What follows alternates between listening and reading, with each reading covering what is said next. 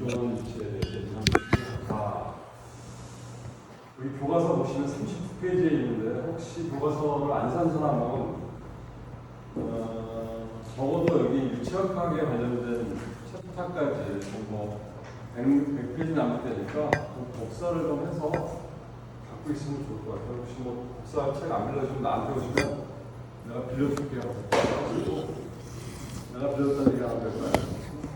필요한 것들은 좀 교과서에 있어야지 여러분들 이해하기가 좋을 거라고. 근데 진짜 좀 단점은 교과서가 이제 뭐 만들어진 지도 오래되긴 했지만 그래도 거의 뭐 학원과에서 배우는 유치학학이나 나중에 여러분 3학년 때 배울 열및 물질 전달의 어떤 바이블 같은 책이거든요. 모든 대학에서 유치학학을 배우고 유치학학을 배우면 이 책 갖고 공부하니까 오래된 책이긴 하지만 번역하는 것도 좀 마음에 안 들고 도중에 보면 중간중간 또 오자 탈자도 있어가지고 그 부분 내가 설명해 드릴 테니까 자 교과서를 읽어봤으면 좋겠고요. 교과서에 있는 내용들을 최대한 내가 정리해서 지금 우리가 여러분 강의자를 만든 거니까 한번 쭉 봅시다. 중요한 거는 유체 거동은 고체 경계, 고체가 영어로 소리드니까 경계는 바운더리라고 하잖아. 복수형으로 쓴 거. 고체 경계의 유무에 따라 영향을 받는다. 고체 경계가 있으면 유체가 흐름에 영향을 받는다는 거야. 단면으로 보면 유체가 흘러가면 관이라고 생각하자는 말이야. 단면으로 3차원 생각하면 원통 같은 생각할 수 있겠지만 이렇게 어느 지점에서 이렇게 속도를 보면 이렇게 차이가 나요. 그러니까 여러분 예를 들어서 이게 유체가 흘러가는 방향이냐, 그렇지? 그래서 이 간에 어떤 지점을 보면 중심을 기점으로 해서 그냥 대칭인 모양을 갖고 있는데 중심이라고 한다면 이렇게 포물선 모양을 갖고 있지, 그렇지? 이 가운데의 속도가 이 포인트에서 얘기하는 거예요. 길이가 속도를 나타난다 생각하면 돼. 이 정도 속도라고 하면 바로 옆에 거는 그 속도는 적어. 그래서 여기 벽에 붙어 있는 유체는 안 움직인다고 생각합니다. 딱 벽에 붙어가지고. 그래서 또 우리가 영어로 얘기하면 정지된 노슬립이라고 얘기하거든. 미끄러지지 않는다. 정지된 유체. 그래서 벽이 있게 되면 벽을 중심으로 해서 벽에서 점점 멀어질수록 벽의 영향을 적게 받는 거야. 벽의 영향을 적게 받아서 이렇게 되면 대칭적으로 가운데가 속도가 제일 빨라지고 옆에 건 점점 늦어진단 말이야. 그렇지? 그래서 유체 거동은 고체 경계 영향을 받는다 하는 거야. 그게 여기 보시면 바운더리, 경계라고 하는 게 바운더리라고 표시한다 그랬지?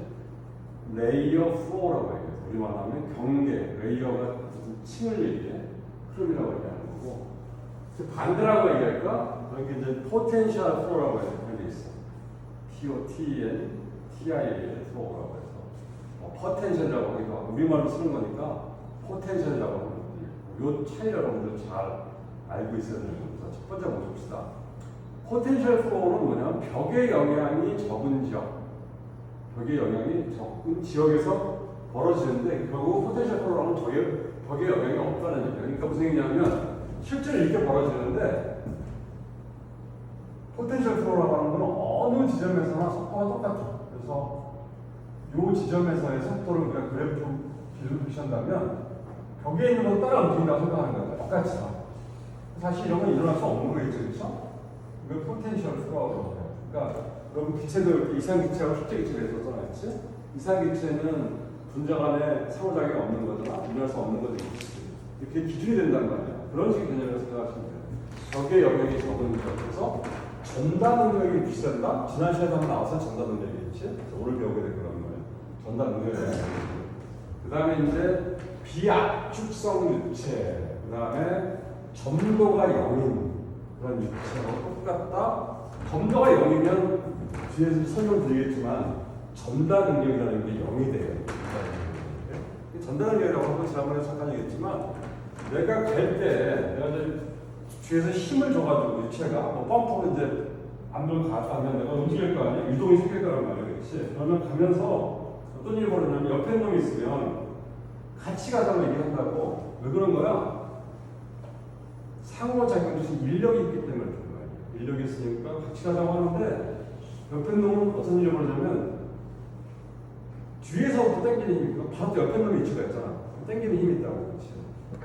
그래서 더더군다나 벽인 경우에는 정지하고 있는 위치니까 점점 겨울어서 속도가 적어져.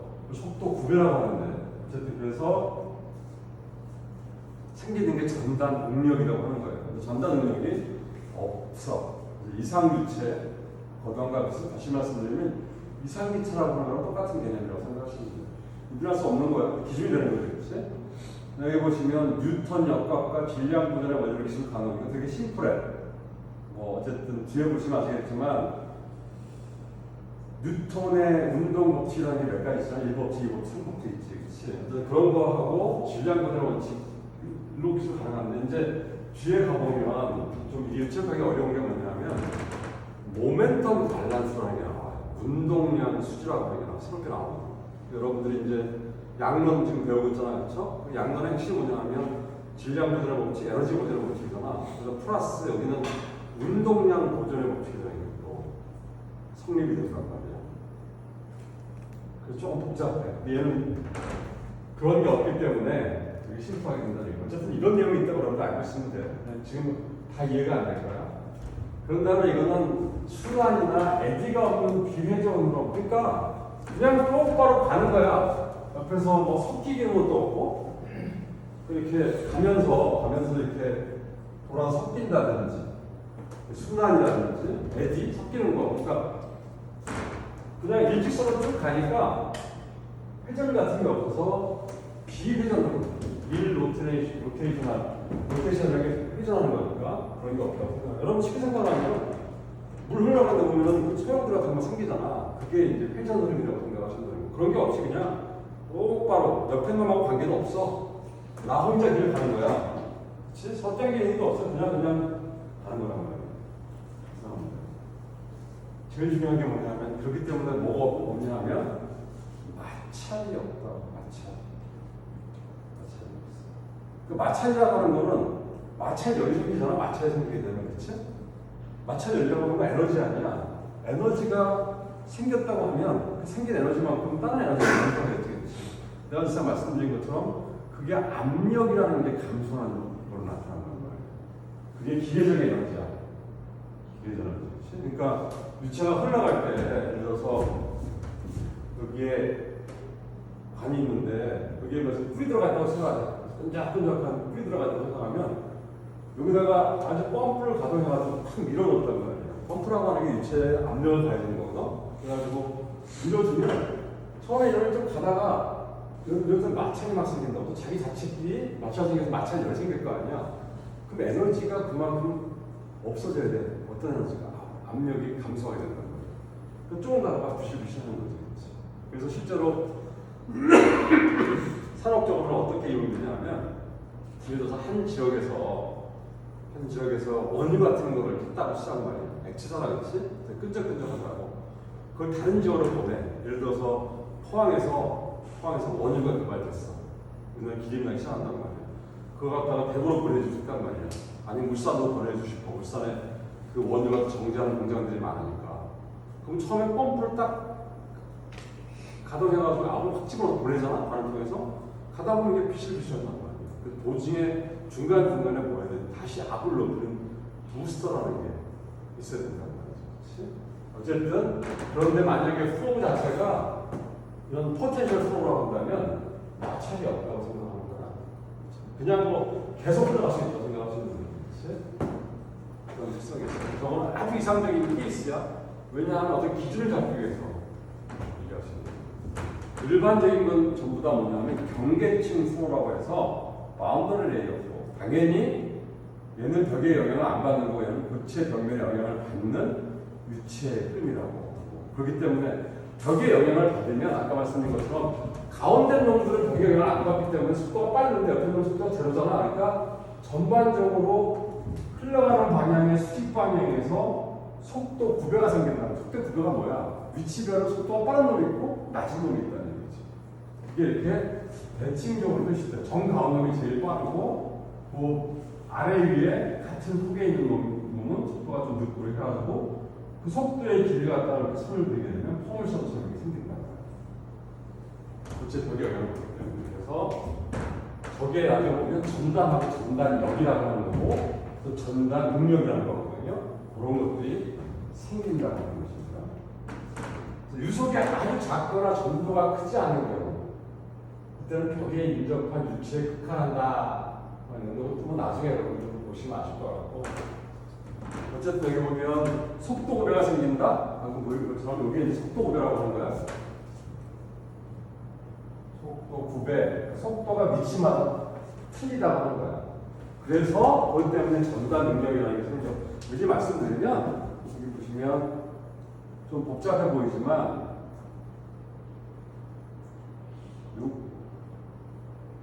요거 보시면 요게 전단 능력이라고 하는 거거든요. 전단 능력이라고 하는 게 dy의 du라고 하는 거. 이게 지금 x 방향이야. 제가 흘러가는 방향이 x 방향이고 x 방향의 수직인 방향 우리가 y 방향으로 하잖아. 그렇지? 그러면 y 방향으로 속도의 차이가 있다는 거예요. 속도 구별하고 한다는 거지. 그래서 미감에 따라서 이 타오라고 전단 능력이 생기는 거고. 그러니까 당연히 경계층 흐름이라고 하는 거는 속도 구배가 있는 거고 속도 구배가 있으면 당연히 전단 능력이 있다고. 아까 말씀드린 것처럼 포텐셜 플로우는 어떻게 되어 있니? 속도 구배가 없어. 그리고 이 점도가 0이라고 생각할 수 있단 말이에요. 그러면 여기 보시면 이게 점도라는 거거든요. 이게 0이 될 수 있고 이게 0이 되니까 전단 능력이라는 게 전혀 없다. 벽에 영향을 안 받는다. 그렇게 이해하시면 될 것 같고요. 그 다음에 벽에서는 또 뭐가 생기냐면 난류가 또 발생이 될 수가 있어. 난류. 또 새로운 또 단어가 나오지. 난류라는 게 있어. 비행기 타보시면 아시겠지만 비행기가 막 잘 가다가 날씨가 뜬날 보면은 스튜어드가 장례 방송하지. 지금 갑자기 난류가 발생해서 기체가 불안하니까 안전벨트를 매셔야 이렇게 나와져 있지.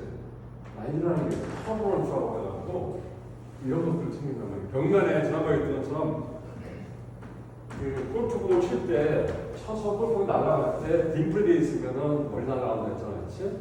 그게 벽면을 따라서 유체가 흘러가면서 난류가 생겨, 막 충돌이 생긴다고. 어쨌든 벽면에 영향을 받는다는 얘기겠지, 그렇지? 그런 것들 발생하고 또 경계층의 형성과 형성의 뒤에 이제 보시면 알겠지만 어쨌든 이런 차이가 있어. 그래서 우리가 배울 거는 바운드 레이어라고 하는 경계층 흐름을 배울 거고 기본적으로 왜 이 포텐셜 플로우를 배우냐? 그건 실제 안 일어나는 어떤 기준이 될 수 있기 때문에 하는 얘기야. 그래서 경계층 흐름하고 포텐셜 플로우를 잘 여러분들이 이해했으면 좋겠고요. 교과서 한번 쭉 천천히 한번 읽어보시면 좀 이해할 수 있어. 자, 다음에 그림을 보시면 여러분 교과서에는 없는데 밸런스 필드라고 하는 게 있어. 우리 말하는 속도장이야. 우리 지금 우리가 살고 있는 이 지구를 보면 중력장이라고 하잖아. 그치? 중력의 영향을 받는 거란 말이야. 밸런스 필드라고 하는 건 속도가 다른 것에 영향을 받아가지고 변화된다는 그런 의미야. 그래서 밸런스 필드라고 하고 장, 필드가 운동장 아니야. 그치? 그래서 여기 보시는 것처럼 유체가 흘러오고 있어. 그럼 어느 위치에서나 이게 지금 길이가 색깔하고 생각하시면 똑같다고 생각하시는 거예요. 근데 얘가 벽면을 딱 들어올 수가 없겠어. 여기 보시면 정지 상태의 벽에서 속도는 제로야. 노 슬릭이라 미끄러지지 않는다는 말이야.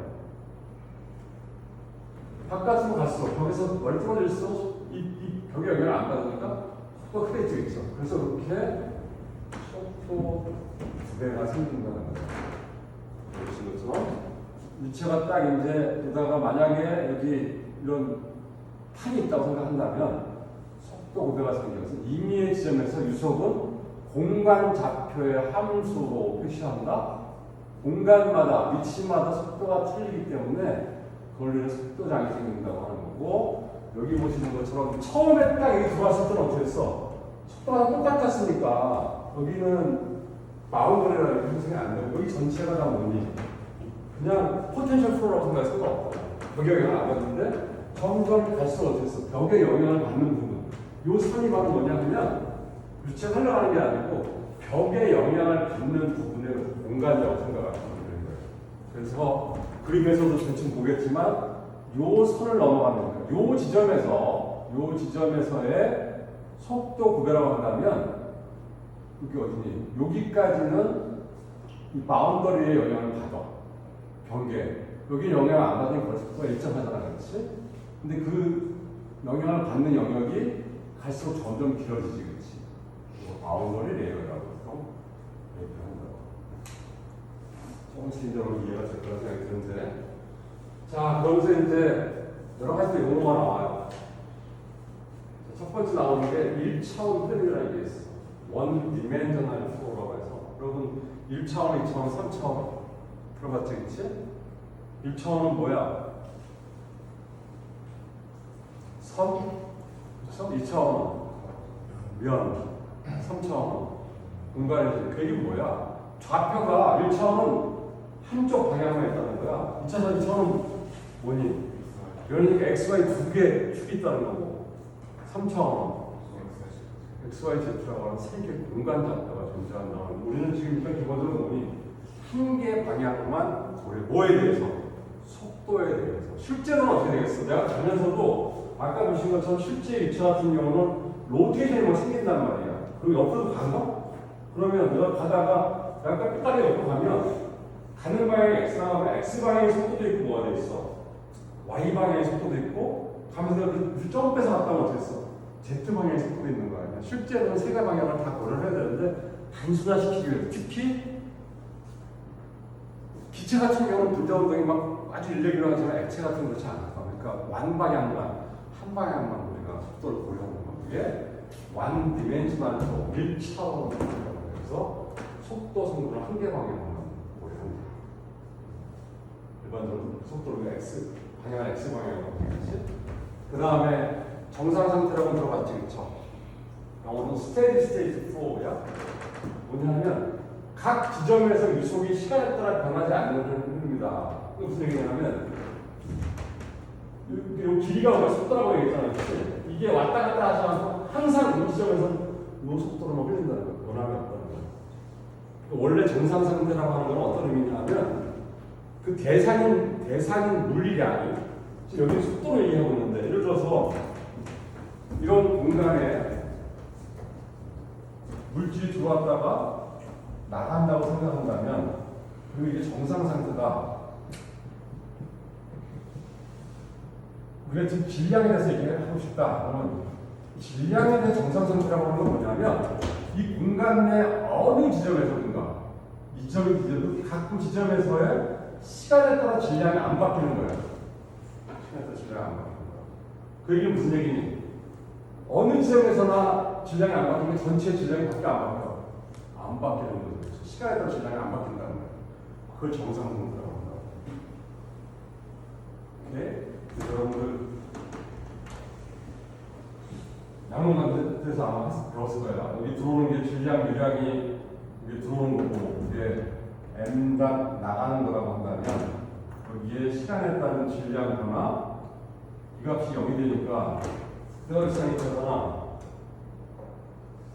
밸런스라고 하는 게 뭐야? 균형을 맞춘다고 하는 건데 매스 밸런스라고 하는 질량 수라는 게 있겠지? 여러분 통장이랑 마찬가지야. 여러분 집에 통장이 하나만 있다고 치단 말이야. 뭐야? 거기 수입이 있겠지. 지출이 있겠지. 그쵸? 예를 들어서 통장 하나 관리하고 있는데 어머니 아버지하고 여러분만 셋이 산다고 치면 수입은 아버지만 벌어오시고 한 달에 500만원씩 벌어온다고 치자고 그렇지? 근데 어머니가 살림하면서 용돈 다 포함해가지고 한 달에 300만 원만 쓰신단 말이야. 그럼 통장에 얼마씩 남겠니? 한 달에 200만 원씩 남겠지. 500만 원 벌어 300만 원 나가니까 매달 200만 원씩. 그쵸? 만약에 500만 원 수입이 있는데 뭐 아버님도 그 용돈 쓰셔야 되고 어머니도 활동하셔야 되고 나도 대학 다녀야 되니까 매달 500만 원씩 나가면 통장에 어떻게 되겠니? 남은 돈이 있어 없어? 변함이 없지. 그게 정상 상태.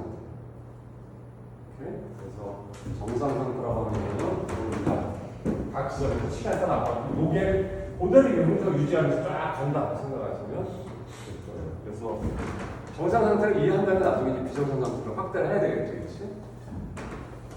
그런 내용들이 쭉 여러분 교과서에 나와 있습니다. 자, 그러면서 첫 번째 중요한 얘기가 나오기 시작해. 이제 해서 새로운 단어가 나오지 단어의 정의를 들어가는 게 되게 중요해. 제목이 뭐냐면 충류, 전단류, 전단 능력이라는 게 나온다고. 그래서 충류라는 게 뭐라고 하냐면 나중에 뒤에 보시면 난이라고 하는 거 아까 했었겠지. 그건 터블런스, 그건 명사고 터블런트라고 하는 건 난류이라는 그런 형용사거든요.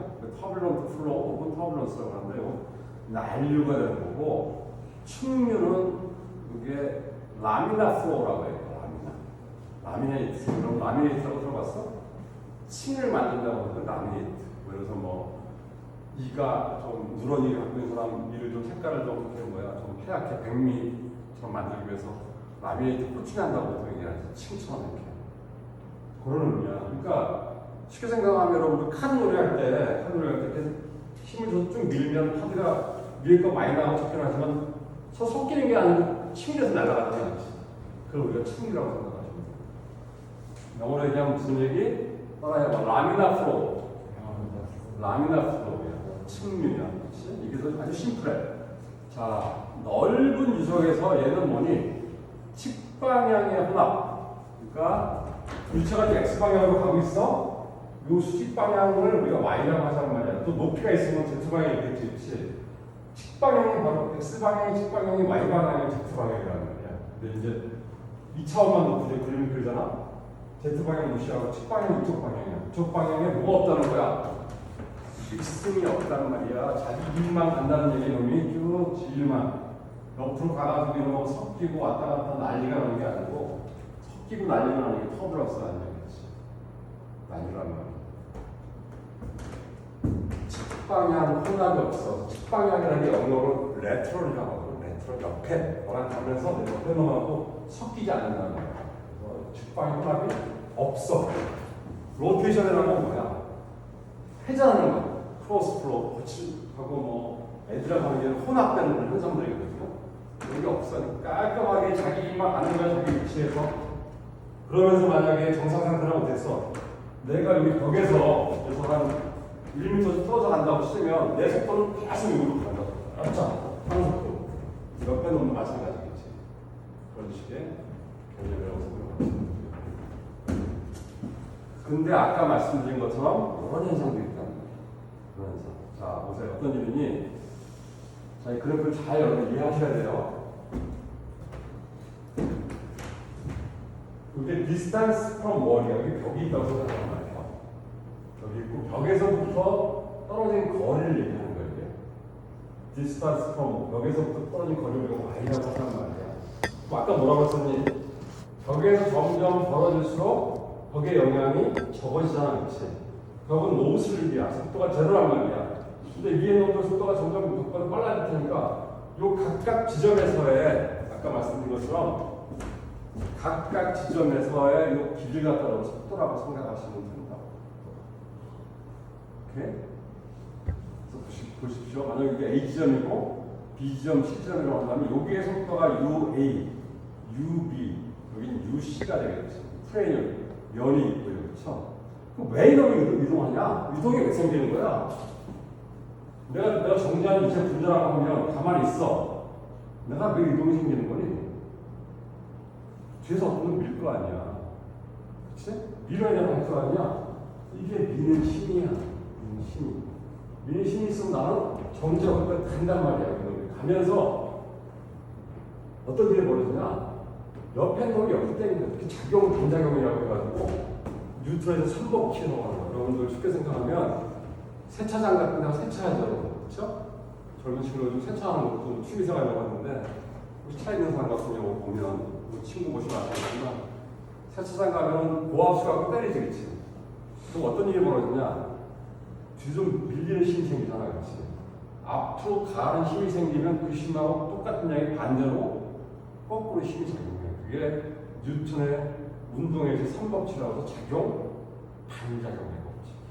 그러니까 이놈이 일로 가게 되면 옆에 놈은 또 왜 그러냐면 옆에 놈은 얘가 가더라도 정지하고 그놈이 끌려가. 뭐 때문에 끌려간다고 생각하?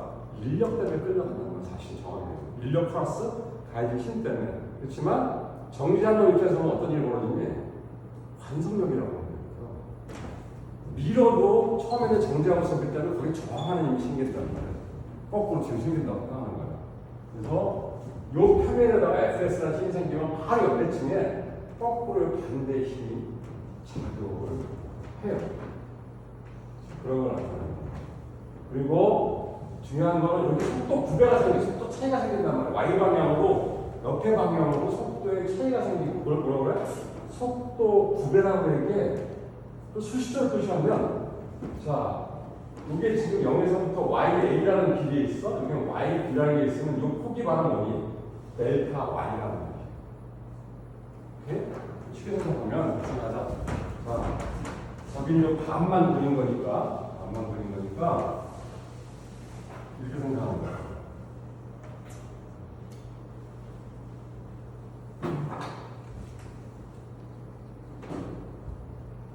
이렇게 속도가 생겨서 이게 Y 방향이고 B가 속도라고 얘기했어, 그렇지? 보시면 local fluid velocity라고 해서 각 지점에서의 속도야, 물체의 속도라고 얘기하는 거예요. 그러면 Y 꼴 0에서 U 속도, 이게 U란 말이야. U는 뭐냐니? 0이 된다는 말이야. 예를 들어가지고 여기 생각해보자. 저기 A 지점이고 여기 B 지점이야.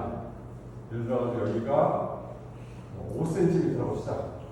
여기는 6cm야. 그러니까 B가 여기 벽면 높이 6cm 떨어져 있는 거고 A는 5cm 떨어져 있는 거지. 그래서 여기가 속도가 10m/s라고 시작. 여기는 12m/s야. 그럼 그 차이가 어떻게 되겠니? 요 길이 차이가 여기 델타 Y잖아. 델타 Y분의 델타 U. 이거 몇 cm 차이가 있어? 1cm가 있죠? 속도는 얼마 차이 있어? 2cm/s 차이가 있지, 그치? 그러니까 속도 구배가 얼마야? 2cm 없어지고 그냥 세컨드분의 1. 단위가 그렇게 안 나오잖아, 그쵸? 요걸 델타야, 델타. 근데 모든 지점에서 이 속도가 똑같은가? 똑같으면 어떻게 되겠니? 요 선 모양이 이렇게 생기지 않고 여기 직선으로 생겨진단 말이야. 그쵸? 왜? 기울기는 이 델타 Y분의 델타 U인데 이게 직선이라고 하는 얘기는 뭐니? 어느 지점에서나 델타 Y분의 델타 U가 어떻게 돼 있어? 같단 말이지. 어떨 때? 이렇게 직선일 경우에, 그렇죠? 실제 어떻게 된다고 생각해? 이 포물선 모양이 되니까 이 기울기가 바로 뭐야? 이게 바로 저기 있는 것처럼 속도 구배라고 하는 기울기가 지점이 다 틀리잖아, 그렇지? 그러니까 어느 지점에서 속도 구배를 어떻게 표시하게 되는지 그럼 미분을 표시하는 거라고. 그래서 여기 생각해보세요. 저 미분이라는 개념을 얘기할 때 이 생각을 하란 말이야. 자, 똑같은 거야. 자, 여기 시간이야. 여기 거리야. 그래서 여기 지금 경일대학교 학원과 2학년 강의실 여기에 기준점이고 여기가 동대구역이라고 생각하란 말이야.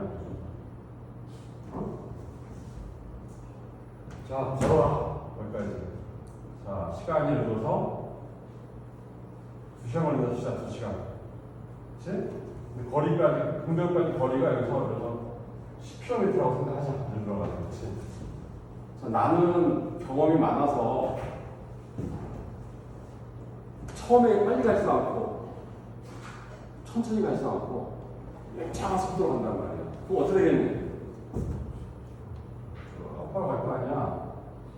그쵸? 그죠? 근데 예를 들어서 자네 뭐지? 승훈이는 젊은 혈기에 나 빨리 교수보다 한 교수보다 빨리 가야 돼. 그래가지고 처음에 막 뛰어간단 말이야. 오케이? 그럼 어떻게 되겠냐? 위로 올라가야지, 그쵸? 시간에 비해서 많이 갈 테니까. 근데 나중에 지쳤어. 보니까 거의 나랑 똑같이 들어갔단 말이야. 2시간 만에 들어갔단 말이지. 그렇죠? 한결은 좀 경험이 있어서 참 나는 달리기 자신 있어 그래가지고 난 처음에 천천히 걸을래 그래가지고 거기까지 못 갔어. 그러다가 나중에 보니까 야 너무 차이가 나는 거 같고 힘을 내고 막 뛰어갔단 말이야. 이렇게 이게 함성원이고 내가 승기야, 한기영이야. 평균 속도는 똑같지, 그렇죠? 평균 속도 왜 똑같아? 속도라는 게 뭐야? 시간에 따른 움직임 거리, 우리 거리를 우리가 뭐 y라고 한다면 이게 속도인데 평균 속도는 어떻게 했어? 자, 2시간 만에 10km를 갔으니까 우리는 시간당 5km라는 속도로 갔단 말이야. 그렇지만 매 시간마다 틀리지. 스무이 같은 거 어떻게 했니? 처음에 속도가 빠르다가 점점 어떻게 했어? 감소했단 말이야. 한결의 손의 속도가 느리지만 정말 빨라졌지, 그렇지? 나는 항상 이렇게 했단 말이야. 나 같은 경우는 얘랑 똑같이. 그러니까 어느 포인트에서 순간 속도를 나타낼 때 어떻게 되겠니, 이게? 요 델타 t가 거의 0으로 갔을 때 얘기하는 거야. 그러니까 요 델타 t가 한없이 0으로 갈 때, 리미트, 요 변수라고 하는 델타 t가 0으로 갈 때 이 값을 뭐라고 하냐면 그 순간에 dt분의 dy가 되고 이게 순간 속도가 나온다는 거예요. 마찬가지죠, 그렇죠? 여기서부터 여기까지 속도 차이를 보면 평균 값은 이렇게 되는 거야. 그렇지만 매 순간 다 틀어질 거 아니야. 매 위치에서. 그래서 어떻게 보시냐면 요 변수인 y가 델타 y가 거의 0으로 갔을 때 델타 y가 델타 이걸 dy분의 d를 표시하는 겁니다. 이게 바로 미분 표시하는 거예요.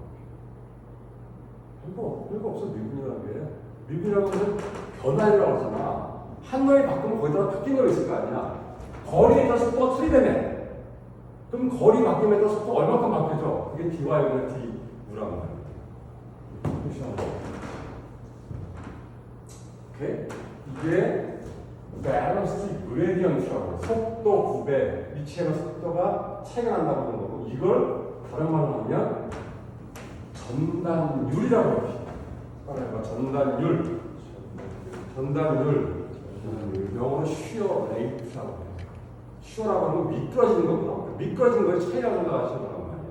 위치만 속도가 차이가 난단 말이지, 그렇지? 네? 그 다음에 전단력이라고 하는 건 뭐냐면 요 파넬에서 작동하는 힘이야.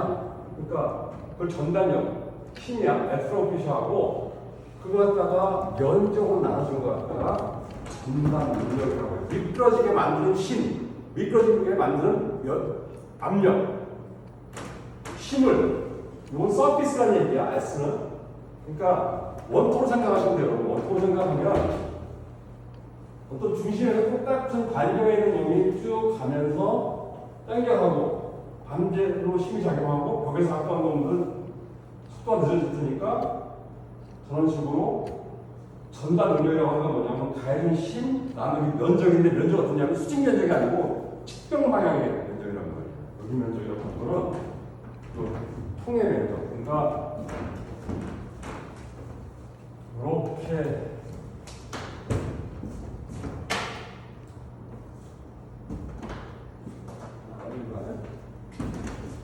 이렇게 이제 위치가 흘러가는 통을 통해 흘러간다면 이 안에 속도가 있을 거 아니야, 그렇지? 그러면 어떤 위치에서의 속도라고 하는 거는 예를 들어서 생각한다면, 그렇지? 이 원통 바깥의 면적을 얘기하는 거예요. 여기에 단면이 아니고 잘라진 거, 면이 아니고 옆으로 가잖아.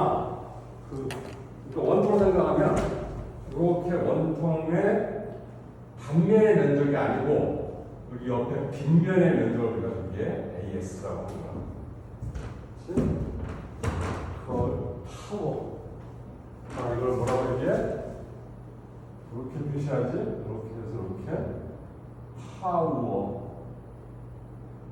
TAUE라고 따라요. 파워. 그냥 그리스의 알파벳이야.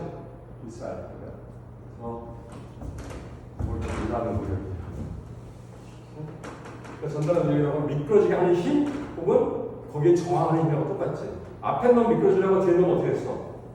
안 미끄러지려고 할 거 아니야. 당연히 작용을 반작용이 생길 거라는 거예요. 그 힘을 그 압력을 전달 능력이라고 생각하시고요. 오케이. 그렇게 하시면 될 것 같고, 이제 기본적인 게 배웠지, 그쵸? 그래서 이제 여러분들이 전달 능력, 전달력 이해했을 거고, 전달률이라는 게 나오고, 이제 전달 미분식도 이제 이해했을 거고, 측류에 대한 얘기도 했었고, 자, 이거 가지고 이제 그 다음에 보면 나중에 얘기하죠. 그러면서 뭐 바로 이거보다는 이거 되게 나을 것 같아서 이런 식이 나와. 비스코스티라고 하는 게 있어. 자, 너가 얘기해서 되겠지? 하나가 비스코스티. 점도야, 그렇지? 점도라고 하는 건 뭐냐면 전달 능력과 전달률. 여기 전달 능력이었죠. 이게 바로 뭐였어? 측방향의 기지에 따른 속도 고백, 전달률이었지, 그렇지? 사이의 비례 상수야.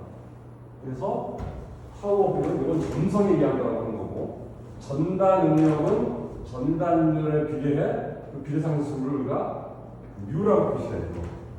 어떻게 읽는 거야? 자, 이렇게 그리죠, 그렇죠? 이렇게 뮤가 아니고 뮤를 이렇게 숫자였지. 여기 붙여. 이게 뮤. 그래서 원래는 무라고 읽는 건데 그냥 여기 뮤라고 읽는다고. 쓰기 이것도 그리스 단어야. 원래 알파벳은 얘가 무 돼 있는데 뮤라고 읽으면 돼. 뮤. 그렇죠? 파워 뮤 우리는 뮤 곱하기 dy인데 비례 상수라고 하는 거야. 그래서 얘가 어떤 의미를 갖고 있냐 하면 점도는 유동에 대한 움직임에 대한 유체의 움직임에 대한 유체의 저항을 나타내는 물리량이야. 보시는 것처럼 자, 전달 능력은 미끄러지는 힘이라고 생각하는데 미끄러지게 하려고 가해진 힘이라고 생각하라고 얘기했었지, 그렇지? 그러면 똑같은 속도를 만드는데 이 힘이 뮤값이 크면 어떻게 되겠니? 이 값이 똑같아서 이 값이 크면 어떻게 했어? 파워 값이 크겠지? 더 많은 힘이 필요하겠지, 그렇지? 그러니까 뭐 힘이 더 많이 필요하다는 얘기는 뭐야? 유체가 잘 흐른다는 거 못 흐른다는 거야? 못 흐른다는 얘기야. 그러니까 점도는 유체의 저항을 나타내는 물리량이다. 잘 흐른 놈은 점도가 커자고 작다는 말이야. 잘 흘리지 않아서 동일한 속도 구별을 만들려고 하면 더 많은 힘을 가해줘야 되는 것이 바로 뭐니? 점도가 큰 물질. 오케이? 그래서 한번 보시면 영상 한번 볼까요? 자, 여기에 지금 이런 조그만 자에 집에 가시면 어머니가 이런 자 갖고 계시잖아요. 물질 보관하려고 여기 물이 들어가 있어. 콘 시럽 있어. 그러니까 시럽이야. 그래서 콘 옥수수로 만든 거 당분이겠지, 그렇지? 이게 뭐니? 기름. 요 차에 집은 넣는 기름, 가솔린, 휘발유. 그거 뭐야? 꿀이야. 거기다가 조그만 돌멩이 돌 하나를 딱 집어넣었다고 생각하는 거예요. 어떤 놈이 제일 빨리 흘러? 도처가 있는 밑에. 그렇지.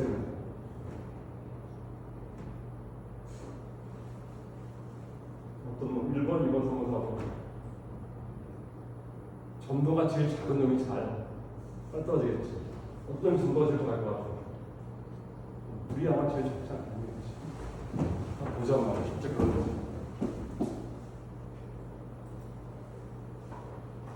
금방 떨어지지.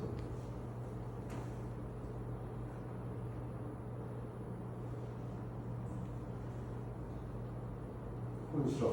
시간이 걸리지? 배선이 빠르지? 한이는 뿔은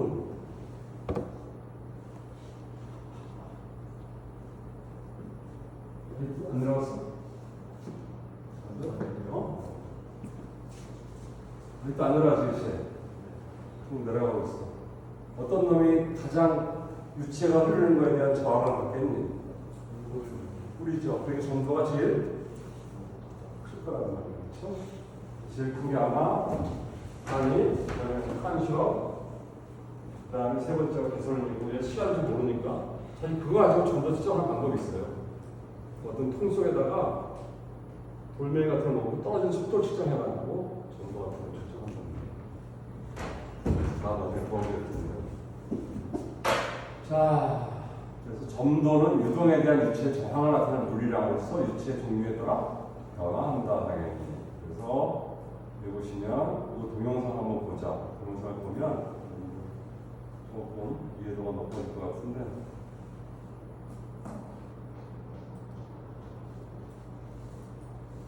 간단한 영상이긴 한데 7분짜리라서 간단하기보다도 상당히 심플하게 만든 영상인데 아주 이해하기가 너무 좋을 거야.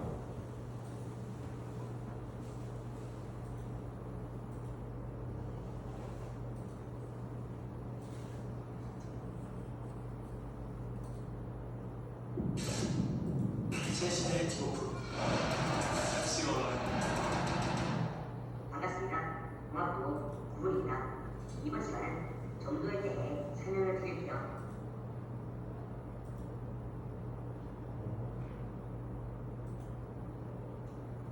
자, 점도, 묘, 유체가 흐름에 저항하는 성질, 유체 앞은 성질, 유체. 점도란 기호로 다음과 같이 묘를 쓰고요. 유체가 흐름에 저항하는 성질도 정의가 됩니다. 그런데 사실 이 정의가 좀 어려워서 그래서 이것을 조금 간단하게 보도록 하겠습니다. 여러분들한테 두 개의 표판이 있다고 하고 표판 사이에 뉴턴 유체라는 이성적인 물질이 들어있다고 가정하겠습니다. 만약 현미경으로 이것을 들여다본다면 다음과 같은 분자들이 보이는데요. 원래 이런 분자들은 서로 잡아당기기도 하고 밀기도 하고 자유롭게 움직이지만 이것은 사고 실험이기 때문에 이런 움직임들은 없다고 가정하겠습니다. 실험 방법은 이렇습니다. 가장 위쪽의 표판을 제가 1년턴의 힘으로 밀 때 아래쪽에 있는 분자는 어떻게 움직일지 보는 거예요. 자, 보시다시피 같은 힘을 주더라도 점도가 작은 물질은 잘 흐르는 반면 점도가 큰 물질은 잘 흐르지 못한다는 것을 볼 수 있습니다. 자, 이렇게 점도에 따라 흐르는 속도가 달라지는 이유를 보기 위해 한번 위에 있는 그림을 확대 보도록 하겠습니다. 우리 주변의 모든 물질은 관성이 작용하고 이것은 이런 작은 분자들도 마찬가지입니다. 관성이란 움직이려던 물질은 계속 움직이려고 하고 정지해 있는 물질은 계속 정지해 있으려는 상태를 말하는데요. 처음 실험을 시작할 때 분자들은 멈춰 있었기 때문에 멈춰 있으려는 상태를 유지하려고 합니다. 또한 분자가 되는 제수로 잡아당기는 인력이 작용하기 때문에 혼자만 멈춰 있는 게 아니라 주변의 다른 분자들까지 움직이지 못하도록 방해하게 됩니다. 만약 분자 간의 인력이 더 커진다면 어떻게 될까요? 주변에 다른 분자들이 흐르는 것을 더욱 많이